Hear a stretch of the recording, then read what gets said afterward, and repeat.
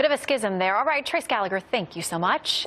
It's an interesting spot that the Democrat Party finds itself in as the party struggles to reconcile its pride in Bill Clinton, one of the party's statesmen, with his past. Fair and balanced debate now with Ron Bonjean, a Republican strategist, and Juan Williams, co-host of The Five here on Fox. Gentlemen, welcome to you both. Good night. Thanks for having me. All right, I want to start with a quote from a piece in the Washington Post by a woman who says that she is a feminist, and yet she doesn't think that you should get rid of Al Franken, at least just right off the bat, because he supports women's rights. Here's part of what she says. I don't believe resigning from his position is the only possible consequence or the one that's best for American women. If we set this precedent in the interest of demonstrating our party's solidarity with harassed and abused women, we're only going to drain the swamp of people who, however flawed, still regularly vote to protect women's rights and freedoms. Juan. Well, I mean, to me, this is, opening the door to charges that Democrats are hypocrites, because what it says is Democrats appear to say that they are the party that represents the interest of women on so many issues, but particularly in terms of being pro-choice and protecting women. And then all of a sudden, when you have Democratic men who find themselves in the crosshairs of charges of sexual misbehavior, they make excuses. I think that's why this week you've seen, Shannon, writers at the New York Times, at Vox, Gillibrand, there's a Democratic congressman, all say that they believe Clinton should have had his moment of resignation, that he should have just fessed up. I think the contrary point of view is that Clinton was impeached, and he will forever bear that opprobrium, that he was impeached, and it's all tied into what happened with Monica Lewinsky in a very different time in American life. But today you have people like Donald Trump, who hasn't been impeached. Nothing has happened to him, even though Donald Trump faces, I think it's 11 women who have said that he sexually behaved inappropriately with them. Okay, but if we're talking about the past and what the party has tolerated in the past, I mean, that's relevant. President Clinton's gone on to be celebrated and give $500,000 speeches. And a lot of people would think he's recovered well. Monica Lewinsky's had a rough couple of decades after this. Ron, I want to read a little bit more from Philippe Reines, who is a longtime confidant and employee of Hillary Clinton, pushing back against those who would come forward and say negative things at this point. He had a tweet that we're going to have to bleep part of this, but he said, Ken Starr spent $70 million on a consensual sex act. Senate voted to keep POTUS, WJC, William Jefferson Clinton, but not enough for you at Senator Gillibrand. Over 20 years, you took the Clintons' endorsements, money, and seat. Hypocrite. Interesting strategy for 2020 primaries. Best of luck. Sounds like there's a little bit of a civil war going on. Yeah, there certainly is a civil war going on. There's no question about it. And I think what you see are Clinton loyalists trying to pick up their swords again and go to battle. And we've seen this where it's exhausting. We've seen the Clintons do this the Clinton loyalists do this time and again. They need to surround the president and the first lady and protect them, when in fact, the president was impeached. It was extremely embarrassing for our country.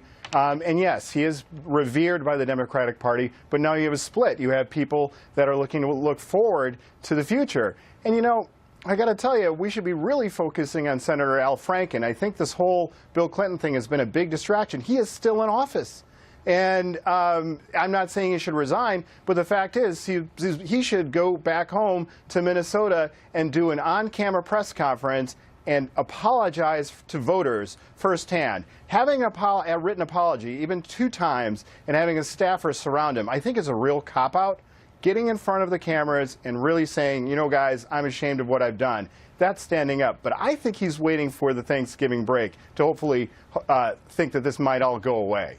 But it's not going to. Well, Friday night drops, weekends and holidays are always good for getting rid of things you don't want to talk about in Washington. We're all familiar with that. Wanda, what do you make of those who say, listen, letting this thing go to the Ethics Committee and celebrating that is a good thing, but we all know.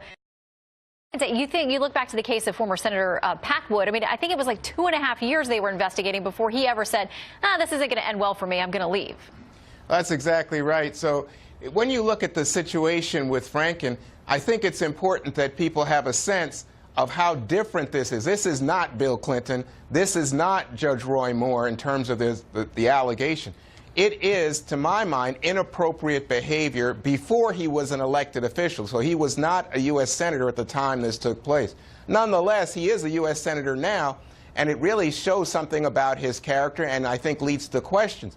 But my worry here is that we are really trying to distract. Republicans just don't want to focus on Roy Moore, don't want to focus on President Trump. Instead, they'd rather go back and relitigate something that happened years ago. I'm not even sure most young people know the details of it, but at the moment, everybody on the Republican side is in such a rush to try to distract from what's current news that they've sort of brought Bill Clinton back to life like a zombie. Well, actually, that's not true. Yeah, sorry, Shannon. I'm sorry, Ron. Let me play a little bit. We were able to get a little bit of this interview that Hillary Clinton did with WABC and Rita Cosby. We'll play that, and then, Ron, we'll get your reaction. Is the kind of accountability I'm talking about. I don't hear that from Roy Moore or Donald Trump. Look at the contrast between Al Franken accepting responsibility, apologizing, and Roy Moore and Donald Trump, who have done neither. Fair point, Ron? Well, look, I would say that this Democratic war started among Democrats. Republicans didn't start it. This was a reaction from Senator Gillibrand, not from Republicans, and they've been litigating it. Now they're trying to deflect by dragging in the president and talking about Roy Moore. Now, I understand Roy Moore because that's been in the news quite a bit lately, and you know what? Many of us Republicans don't agree with some of the alleged behavior, and if it's true, he should not be United Senator. But, you know, President Trump has denied these allegations, and there is a lawsuit going on in court. But this started with the Democratic Party. These guys are fighting against each other. We're on the sidelines talking about it. Sure, look, if they want to talk, we'd be happy to engage. But you know what? House Republicans passed tax reform this week. That's a really big deal to a lot of Americans that we should be looking at instead of talking about all this stuff. It's a real shame that American voters have to talk about politicians and their problems with sexual harassment as opposed to talking about policy in America. Well, I just want to agree with Ron on this point because I think Ron is right that there's we got to leave it there, though. Okay. But look, there was some agreement. You yeah, too. no.